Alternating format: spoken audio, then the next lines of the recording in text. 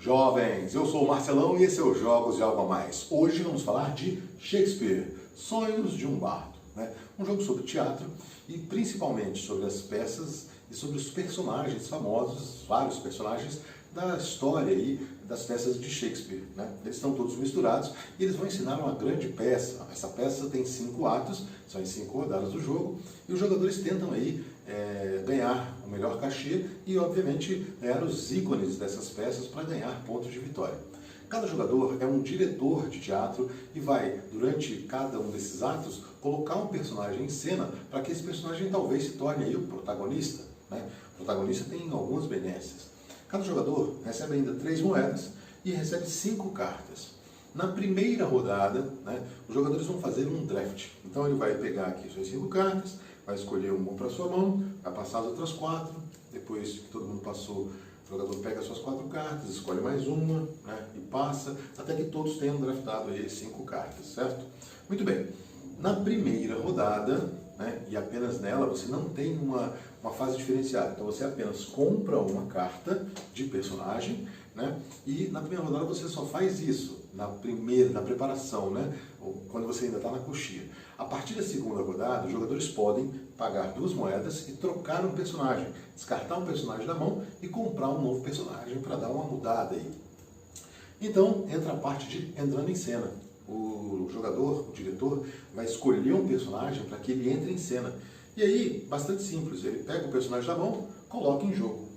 As cartas, todas elas, têm a mesma estrutura, vamos dizer assim. Ela tem um número aqui em cima, que vai de 1 a 60. Né?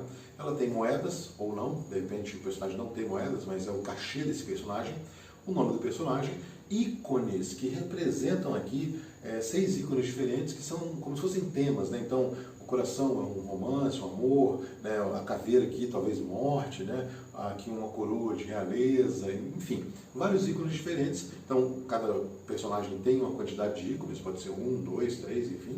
E algumas ações específicas que podem ser usadas quando a carta estiver na mão, quando a carta estiver na mesa ou quando for jogada, por exemplo. Algumas delas são ações passivas, né? Então esse jogador aqui, por exemplo, escolheu aqui o Henrique IV, né, para jogar. Só que antes dos jogadores jogarem, é revelada uma carta de cenário. Isso é a coisa mais importante do jogo, que eu estava quase esquecendo. Então é revelada aqui uma carta de cenário e justamente foi revelada aqui uma carta de cenário que é o jardim. No jardim tem o símbolo do coração, o romance, é o lugar onde os namorados vão namorar, né? Então isso é importante, é uma informação muito importante, porque cartas que tenham esse ícone vão valer mais, vamos dizer assim. Porque quem é o protagonista é o jogador, o personagem com o maior número, mas se tiver o ícone do coração, automaticamente isso pode mudar. Então aqui, esse jogador vai lá, escolhe, agora eu vou trocar, né? Vou colocar aqui o Petrúquio. O Petrúquio é o número 55, tem o símbolo de coração. Ele tem apenas 2 moedas, né? E ele tem aqui uma habilidade que só acontece se está na mão. Então, jogou aqui, pegou as 2 moedas, e aí o jogador vai fazer a sua ação dramática. A ação dramática corresponde a, ele pode fazer a ação do personagem, se for o personagem que tem alguma ação específica, ele pode comprar uma carta de peripécia, que são cartas aí, cada jogador já recebe uma no começo, ele pode comprar uma carta de peripécia, essas cartas geralmente alteram alguma coisa do jogo, então permitem que você jogue uma carta ao extra, ou coloque mais um ícone no jogador, ou vá buscar outras cartas, enfim, várias cartas diferentes de peripécias que dão um dinamismo muito grande ao jogo. E a outra possibilidade é ele jogar uma carta de peripécia, ele pode comprar, jogar ou executar a ação do personagem, se for o caso. Depois disso, ele pode fazer ações extras. Nas ações extras, ele pode comprar uma carta de peripécia, apenas uma, então ele paga 3 moedas e compra uma carta de peripécia. E ele pode, se ele tiver dinheiro, pagar 3 moedas e jogar uma carta de peripécia, né?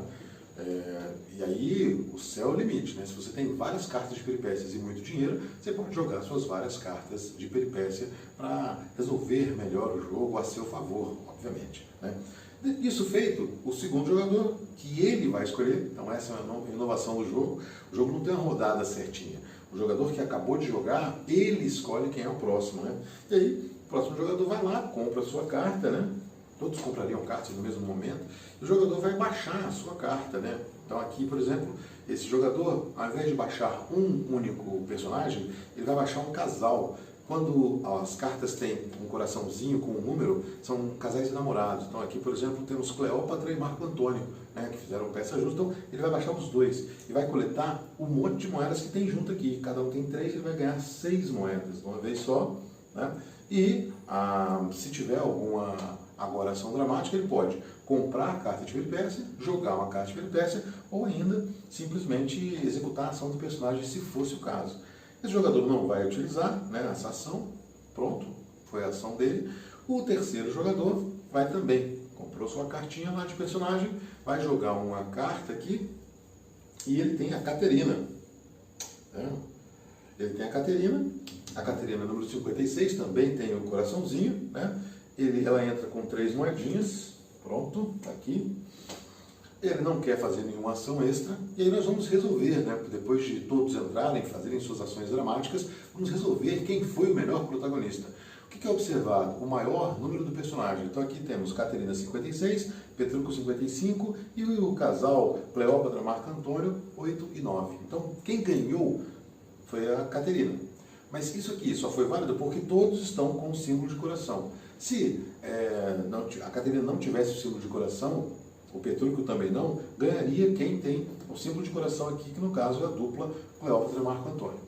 Depois dessa etapa, vamos avaliar os pontos. Então, quem ganhou foi a Caterina, ela ganha a carta de cenário. Então, são 2 ícones que ela ganha. Ela ganha o ícone de coração aqui e ganha também os ícones da carta. E aí ela avança aqui nesse hall. Né? Então, aqui ela tem 2 ícones de coração e um ícone de fortaleza aqui. Pronto. E ela ganhou isso aqui. Essas cartas vão ser colocadas aqui do lado, que é o seu elenco. Né?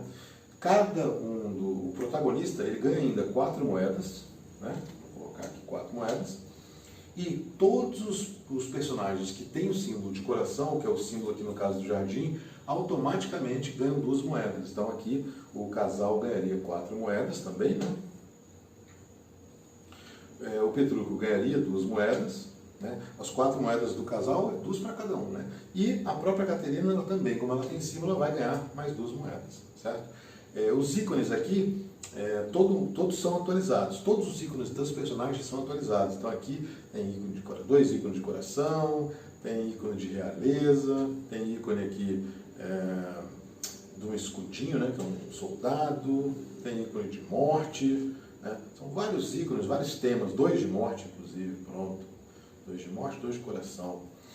Aqui do lado, certo? E por último, o pobre Petrúquio vai ganhar apenas aqui um símbolo. Se por acaso acontecesse do jogador não ter, né, não ter nenhuma carta ao longo no final da cena, do ato, ele ganharia como prêmio de consolação aí uma carta de peripécia, certo?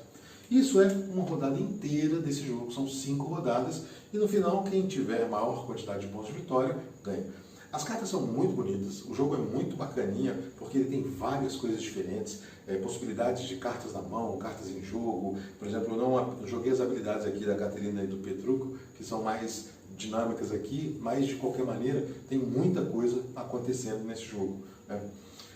Bom, esse é o jogo, muito simpático, muito bonito, um jogo brazuca, né? Bem produzido pra caramba.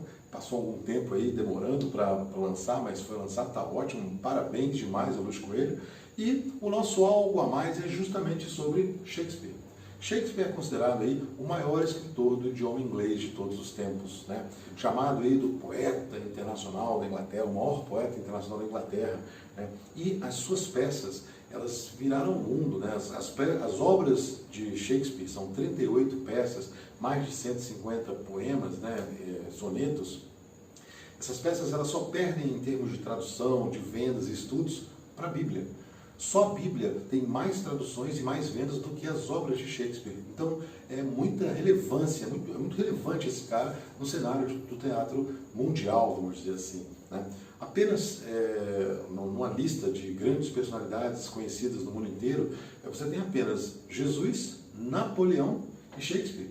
Então, quer dizer, é muito conhecido, é muito difundido. E isso, obviamente, porque na época em que Shakespeare começou a produzir peças, vivia-se aí o período de Elizabeth I, então tinha tipografia e as peças eram tratadas como folhetim, foi muito amplamente divulgado, né? Foi uma divulgação pública muito grande, então muitas coisas legais. As peças dele falavam de vários assuntos, né? Comédias, dramas, romances, né? Morte, obviamente, e as cartas aqui são todas elas da peça. Então aqui nós temos Otelo, por exemplo, né? O Mouro, aqui é uma peça de alta relevância, muito importante. Tem aqui, claro, que não podia deixar de ser, né? Romeu e Julieta, estão aqui, né? Na nossa live de amanhã eu vou mostrar essas cartas com maiores detalhes, os desenhos são belíssimos, né? Romeu e Julieta, Lady Macbeth, Ariel, enfim, tem vários personagens muito legais e, obviamente, né? Isso aqui tem uma influência mundial. Aqui no Brasil, por exemplo, Machado de Assis, um dos nossos maiores escritores, tem uma influência direta de Shakespeare. Então, por exemplo, o famosíssimo, né, Dom Casmurro, na verdade, seria uma adaptação, né? O Otelo dos Trópicos, né? Então aquele ciúme todo do Otelo está ali retratada no Dom Casmurro, né? Então é um cara que fez história, muitas histórias, né? Muitas peças, e aqui nesse jogão está bem retratado em diversas situações diferentes e muito agradável, um jogo muito palatável porque ele é rápido, tranquilo, gostoso de jogar. E amanhã, na nossa live, nós vamos ver mais detalhes das cartas, que são um charme à parte, né? Se você gostou do vídeo, gostou da história, dê o seu joinha, compartilhe com amigos.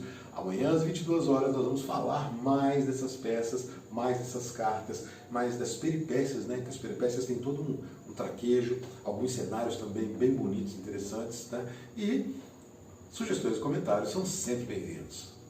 Até a próxima!